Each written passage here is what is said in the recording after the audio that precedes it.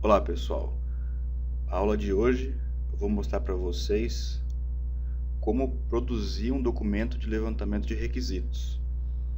Então, como vocês podem ver aqui, a gente tem um documento, né, de especificação dos requisitos do software. É necessário dar um nome, né, nomear esse software, colocar o nome do software, mesmo que ainda não tenha o nome definido, mas pelo menos uma primeira versão. E a versão desse documento. Então, a primeira versão 1.0, depois a versão 1.1 com algumas atualizações e assim por diante, todas as versões.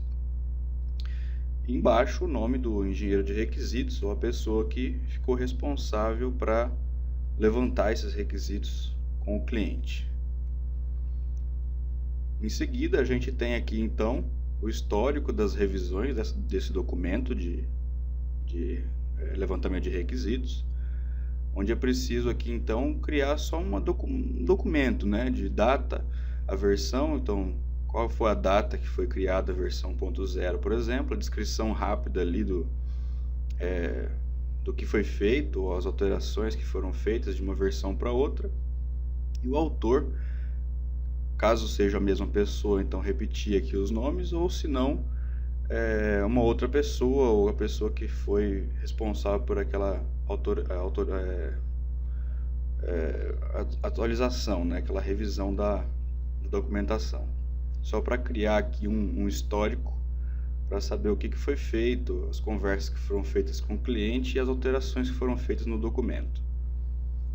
Em seguida, então, a gente tem um sumário, né, um índice ali, simples para descrever onde estão cada coisa nas páginas que estão ali. E daí a gente começa no documento em si mesmo. A parte de introdução, nós temos aí um subtítulo, objetivos deste documento. Então, ali, descrever os objetivos desse documento para explicar ao leitor a importância dele.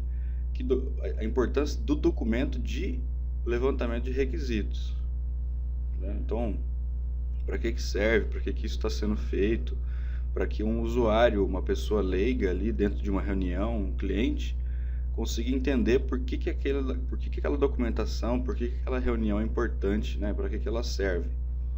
E o público-alvo também, né? Quem que é o público-alvo e quais as suas características principais? Tudo isso para justificar, né, a produção desse documento de engenharia de requisitos. Depois o escopo do produto, né, os limites desse produto, as características dele. Então a gente tem nome do produto e de seus componentes principais. Aqui de novo vai o nome do software, né, do produto que vai sair no final. E descrever aqui as suas principais funcionalidades, né. Então, mais para frente a gente vai ter todos os requisitos funcionais, ou seja, todas as funcionalidades do sistema. Mas aqui são só os principais, né? O diferencial, o núcleo do negócio desse produto, para que fique logo de cara que a pessoa que lê já tenha entendimento de quais são essas funcionalidades. Em seguida, descrição do produto. Então, descrever o produto informando onde será aplicado e como será aplicado, né, utilizado. Para que isso, né? Para que serve essa descrição do produto? Então, o objetivo dele, né? Depois a gente tem aqui o objetivo em si, mas qual o motivo dele existir, né? Qual que é a proposta dele, onde ele será aplicado, né? Se vai ser aplicado numa empresa de e-commerce, que tipo de empresa que vai utilizar aquilo lá, para contextualizar o analista depois que receber esse documento, entender onde que vai ser utilizado aquele software, né, para entender ali um pouquinho da necessidade do cliente.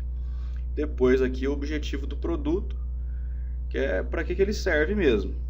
Então, o objetivo desse produto é aumentar a produtividade dos funcionários tal, do departamento tal.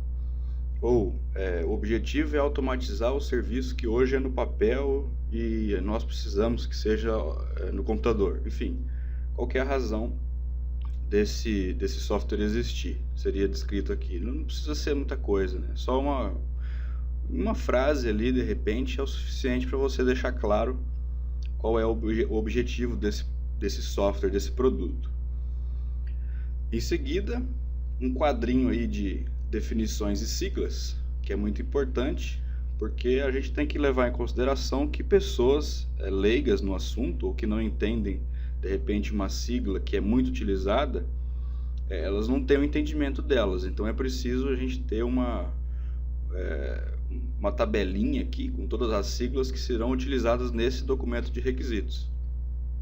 Então aí alguns exemplos, né, de siglas, e daí definindo essas siglas, o que significa essas siglas, depois no decorrer do documento a gente consegue usar só as siglas, aí não precisa escrever todo a definição da sigla, só usando a sigla já é o suficiente, mas é muito importante que exista essa tabela de explicação das siglas.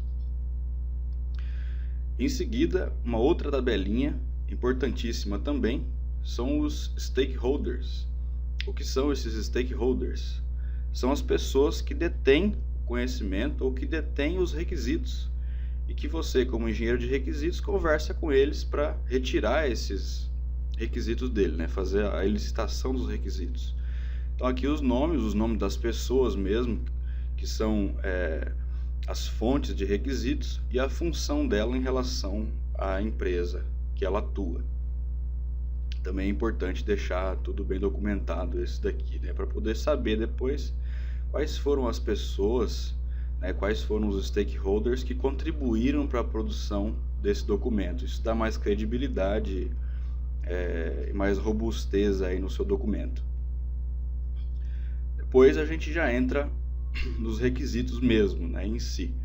Então, antes de entrar nos requisitos funcionais e não funcionais, a gente tem que definir os tipos, né, ou a prioridade dos requisitos, né? Então aqui foi dividido em 3, então requisitos essenciais, importantes e desejáveis. O que seriam esses requisitos essenciais? Então, é o requisito sem o qual o sistema não entra em funcionamento, ou seja, imprescindíveis, né? São os requisitos que não podem faltar de maneira nenhuma, que são eles que são o objetivo do sistema, né? Então eles são essenciais mesmo e não há possibilidade deles não serem atendidos, então eles são essenciais. Depois a gente tem os requisitos importantes. Então, os importantes são menos principais, vamos dizer assim, do que os essenciais. Então, requisitos sem o qual o sistema entra em funcionamento, mas de forma não satisfatória. É aquele que é importante, mas se não tiver, o software ele funciona, o sistema vai funcionar, mas ele vai ficar ali com alguma coisa faltando e de repente numa próxima versão esse requisito é atendido ou passa a ser essencial ou ele é atendido em uma nova versão.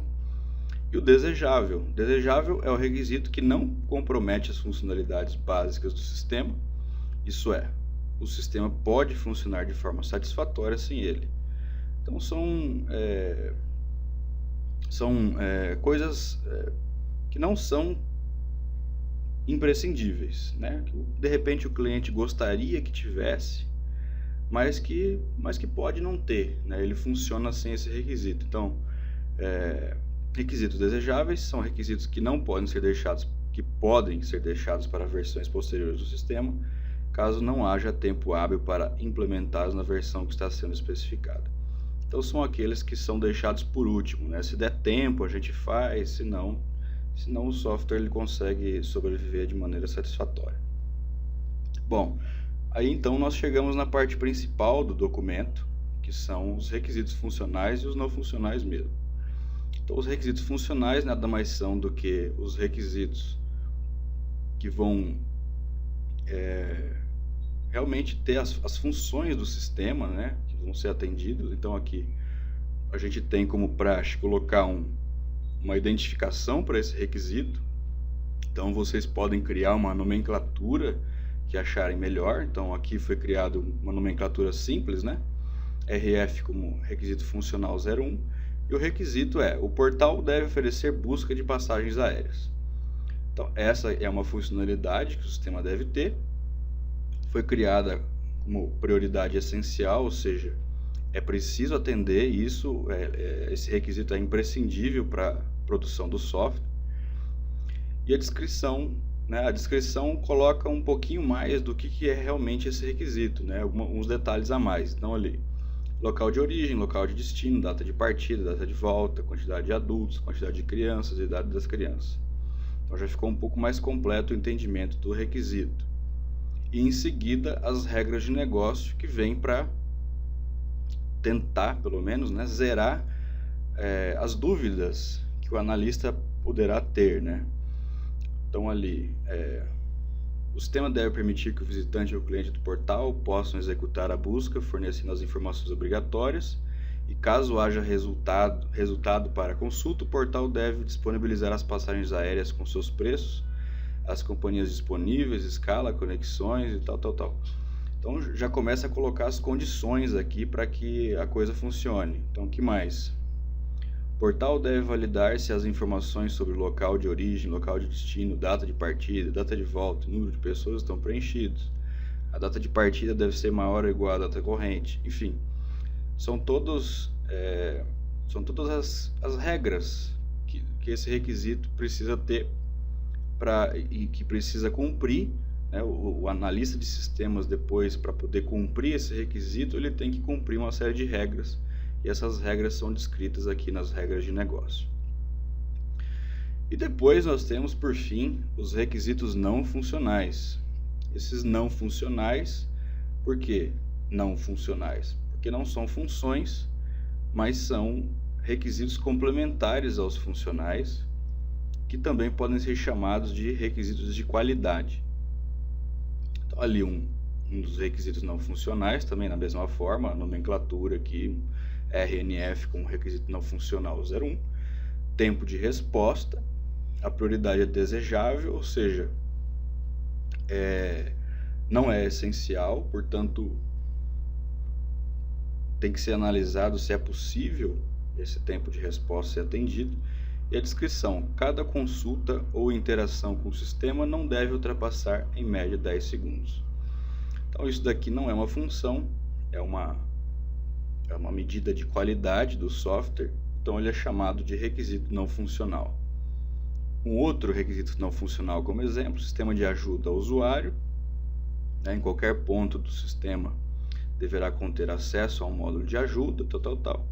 Então também não é uma função, mas é um requisito de qualidade não funcional. E um terceiro exemplo, usuários simultâneos. Esse é essencial para esse software, ou seja, esse requisito não funcional ele deve ser atendido, né, necessariamente. E ali, a descrição. O sistema deverá suportar processamento multiusuário, ou seja, vários usuários conectados e operando o sistema ao mesmo tempo. Então isso é essencial, não é uma função, mas é um requisito de qualidade, portanto, um requisito não funcional. Então esse é um exemplo de documentação, de análise, que vai poder depois ser feita análise de requisitos. Então, esse é um documento padrão, né, um pouco mais simples. Existem documentos um pouco mais completos que utilizam ali para ficar ainda um pouco mais claros os requisitos funcionais e não funcionais, por exemplo, casos de uso, e alguns diagramas também, que nós vamos ver mais para frente, da UML, mas por hora esse é o documento de requisitos inicial que nós vamos trabalhar, e é isso. Espero que tenha ficado claro. Um abraço e até a próxima aula.